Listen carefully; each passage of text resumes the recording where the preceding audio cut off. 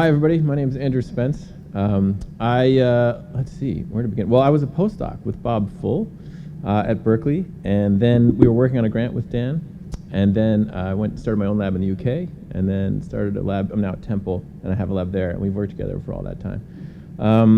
I'm trying to think of how I'm going to get back on Dan's lunch calendar, because we've fallen off here, and I just realized I have the crowbar that I can apply to that, and that is that my neighbor, who trained at El Bulle in Spain, opened Wilder. Have you been to Wilder yet?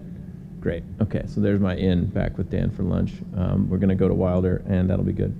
So my first encounter with Dan, my first substantive encounter with Dan was, basically a math cult deprogramming session, if you can believe this. I hope I'm allowed to talk about that. I'm just going to do it. I mean, Bob's here. Uh-oh. So anyways, we were having a meeting, and one of the co-PIs on the 5 grant was meandering a bit. And Dan, it was just the first time I've been exposed to Dan doing Dan, and he managed to explain to this co-PI who was convinced that this piece of math explained cortical dynamics and consciousness and whatever, and was going to go off and do that. And Dan, and politely, he listened, he talked, he understood, and then just basically explained why this branch of math didn't explain everything and was not worth doing a lot of work on. And it was a really impressive display of knowledge and the power of math and deep mathematical knowledge, while being just a good person to work with. And that was really impressive. It was one of my first kind of exposures to that. And so I thought, wow, this math stuff is kind of a trump card. This is amazing. And we started working on that kind of stuff. And you do have to worry sometimes you're going too far the other way. And I remember talking about some of the symmetry stuff that Dan and Simon Wilson and I worked on at a more biomechanics, like biology conference. And one of the biologists said, he's like, well, but don't you feel sometimes advanced math is just like a 4-wheel drive vehicle? It just allows you to get stuck in more remote places, And I think, and Aaron alluded to this, I think that's kind of part of Dan's genius, actually, is that, there's some pretty esoteric math.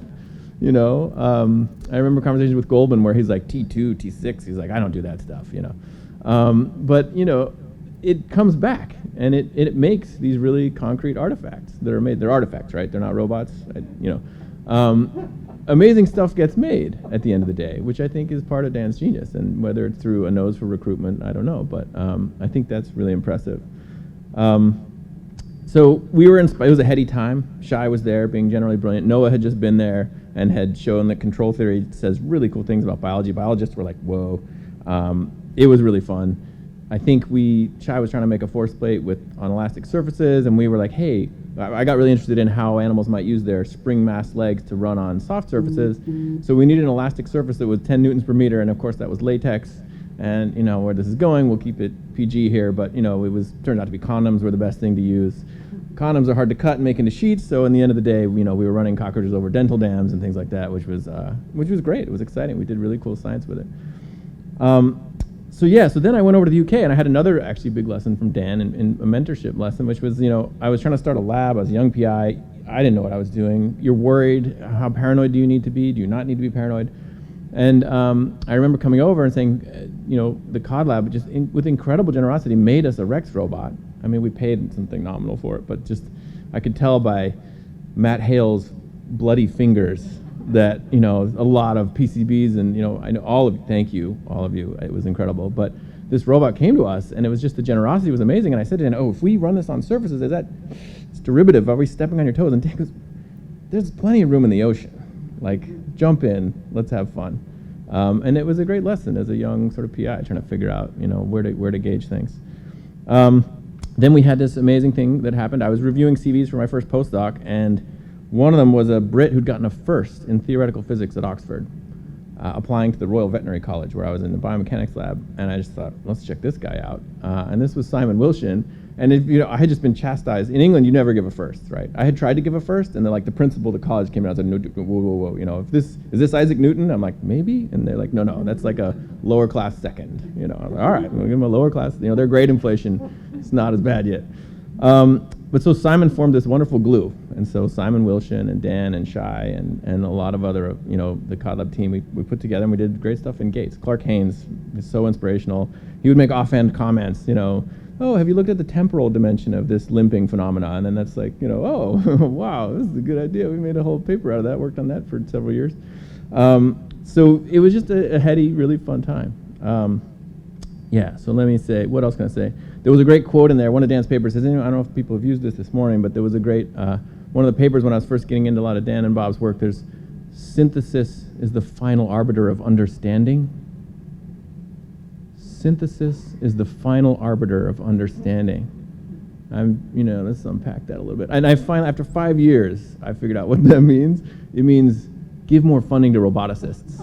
It's basically, it's like a naked plea that the only work of value is synthesis, right? Because the physicists don't care if like I make the gadget, it works once, check the box, right? I came from physics, so that was.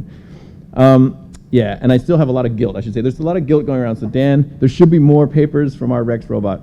I'm sorry. So I'll also say, sorry, Avik, I'm with you. We own papers.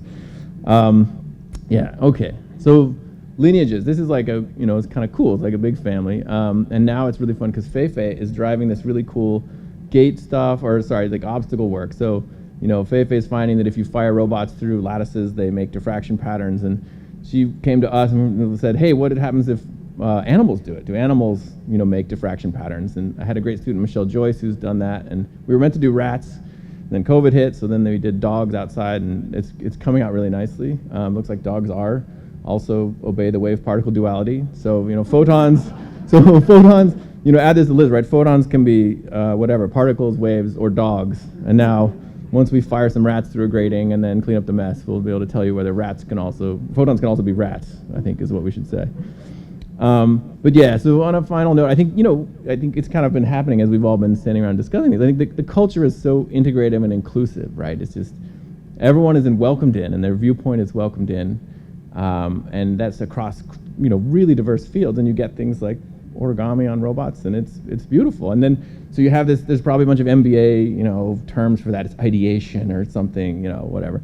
But so you have these great ideas, and then they get put through this rigorous lens, right? And so you can have this system that comes up with stuff that does amazing things.